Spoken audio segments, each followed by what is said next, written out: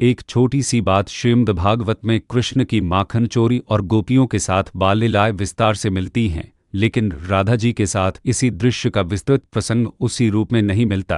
राधा कृष्ण का यह मधुर माखन मंथन प्रसंग मुख्यतः बाद की वैष्णव भक्ति परंपरा और लोककथाओं में प्रसिद्ध हुआ है। राधा कृष्ण की माखन मंथन लीला। वृंदावन की वह सुबह अत्यंत सुंदर थी। चारों ओर हरियाली थी, कदम्ब के वृक्षों पर पक्षी मधुर स्वर में चहचहा रहे थे और यमुना की ओर से आती ठंडी हवा पूरे वातावरण को सुगंधित कर रही थी। गोकुल और वृंदावन में उस समय लगभग हर घर में गायें थीं। सुबह होते ही गोपियां गायों का दूध निकालती, उसे दही जमाती और फिर बड़े बड़े मटकों में दही मथ कर माखन निकालती। इसी माखन की सुगंध नंदलाल श्रीकृष्ण को बहुत प्रिय थी। माखन के शौकीन नंदलाल बाल कृष्ण को घर का ताजा माखन अत्यंत प्रिय था। माता यशोदा उन्हें समझाती, कन्हैया, घर में इतना सारा माखन रखा है, फिर तुम दूसरों के घर जाकर क्यों माखन चुराते हो? कृष्ण मुस्कुराकर कहते, मैया, तुम्हारे घर का माखन तो मैं प्रेम से खाता हूँ, लेकिन गोपियों के घर का माखन चुराने में जो आनंद है वह कहीं और नहीं। कृष्ण की इन शरारतों से पूरा गोकुल परेशान भी होता और उनकी बाल सुलभ लीलाओं पर मुस्कुराता भी था। गोपियां कई बार यशोदा मैया के पास शिकायत लेकर आती, मैया यशोदा, आपका कन्हैया हमारे घर आकर माखन खा जाता है। यशोदा मैया कृष्ण को डांटती, लेकिन कृष्ण तुरंत अपनी मासूम आंखें बड़ी करके कहते, मैया, मैंने कुछ नहीं किया, ये गोपियां झूठ बोल रही हैं। गोपियां कृष्ण की बात सुनकर हंस पड़ती, क्योंकि वे जानती थीं कि उनकी शिकायत के पीछे भी कृष्ण के प्रति प्रेम ही छिपा था। एक सुंदर सुबह, एक दिन वृंदावन की एक शांत सुबह, राधा रानी अपनी सखियों के साथ घर के कार्यों में लगी थी। राधा जी ने एक बड़े मिट्टी के मटके में दही रखा और उसे मथने के लिए लकड़ी की मथनी और रस्सी तैयार की। वे धीरे धीरे रस्सी खींचकर दही मथने लगी। मटकी से मधुर ध्वनि निकल रही थी। राधा जी के हाथों की चूड़ियां छनक रही थीं और उनके चेहरे पर शांत मुस्कान थी। उनकी सखी पास में बैठी यह दृश्य देख रही थी। दही धीरे धीरे मथ रहा था और उसमें से सफेद माखन अलग होने लगा था। कृष्ण को मिली माखन की सुगंध, उधर नंदलाल को जैसे ही ताजे माखन की सुगंध मिली उनका मन मचल उठा। उन्होंने सोचा, आज तो कहीं बहुत स्वादिष्ट माखन बन रहा है। कृष्ण धीरे धीरे वहां पहुंचे। उनके सिर पर मोर पंख सुशोभित था, चेहरे पर शरारती मुस्कान थी और आंखों में वही बाल सुलभ चमक थी।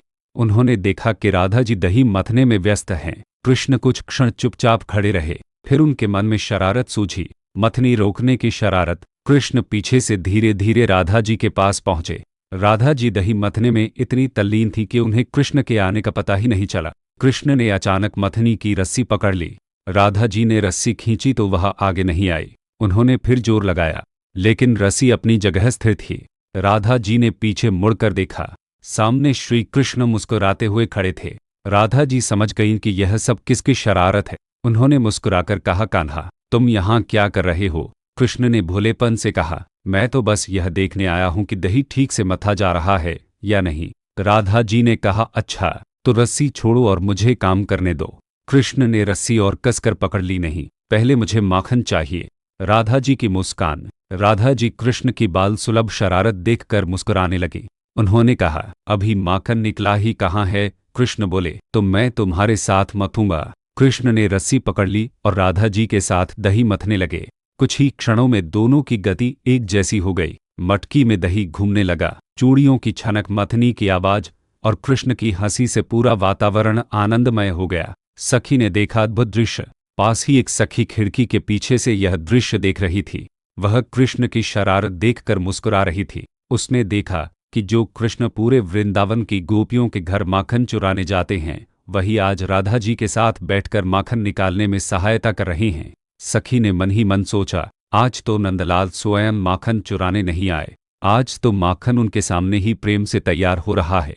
माखन तैयार हुआ। कुछ देर बाद दही से सफेद मुलायम और ताजा माखन अलग होने लगा। राधा जी ने उसे निकालकर एक थाली में रखा।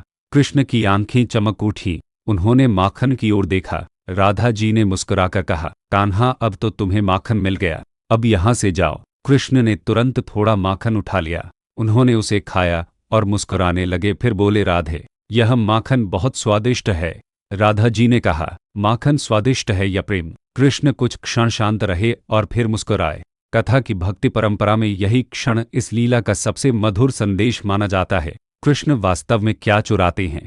श्री कृष्ण को माखन चोर कहा जाता है। लेकिन भक्त कवियों ने उनके माखन चुराने का एक गहरा आध्यात्मिक अर्थ बताया है। दूध से दही बनता है, दही को मथा जाता है, मंथन के बाद उसमें से माखन निकलता है। इसी प्रकार मनुष्य का मन भी संसार के अनुभवों से गुजरता है। जब मन को भक्ति, प्रेम, नाम स्मरण और सत्कर्मों से मथा जाता है, तब उसके भीतर से अहंकार और अशुद्धियां धीरे धीरे दूर होती हैं और निर्मल प्रेम प्रकट होता है। भक्ति परंपरा में कहा जाता है कि श्री कृष्ण को माखन इसलिए प्रिय है क्योंकि माखन कोमल और निर्मल होता है। उसी प्रकार भगवान को अपने भक्त का निर्मल हृदय प्रिय होता है। राधा और कृष्ण की लीला का भाव। राधा कृष्ण की ऐसी लीलाओं को भक्त परंपरा में सांसारिक प्रेम के रूप में नहीं बल्कि दिव्य प्रेम और भक्ति के प्रतीक के रूप में देखा जाता है। राधा को प्रेम और भक्ति की सर्वोच्च अभिव्यक्ति माना जाता है और कृष्ण को परमात्मा का स्वरूप। इसलिए माखन मंथन का दृश्य भक्त के लिए एक सुंदर संदेश बन जाता है।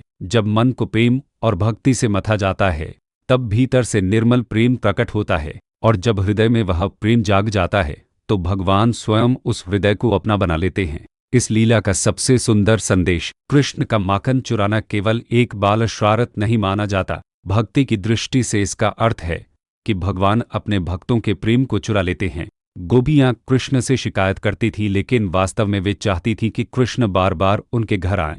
वे माखन छिपाती थी, लेकिन मन से चाहती थी कि कृष्ण उसे खोज कर निकालें। यही तो कृष्ण की लीला की मधुरता थी। जहां शिकायत में भी प्रेम था, चोरी में भी प्रेम था और शरारत में भी प्रेम था। इसीलिए वृंदावन की माखन चोरी की लीलाएं आज भी भक्तों के हृदय में आनंद और भक्ति जगाती हैं। मटकी में माखन था, माखन में मिठास थी, लेकिन राधा कृष्ण की लीला में उससे भी अधिक मिठास प्रेम की थी। कृष्णा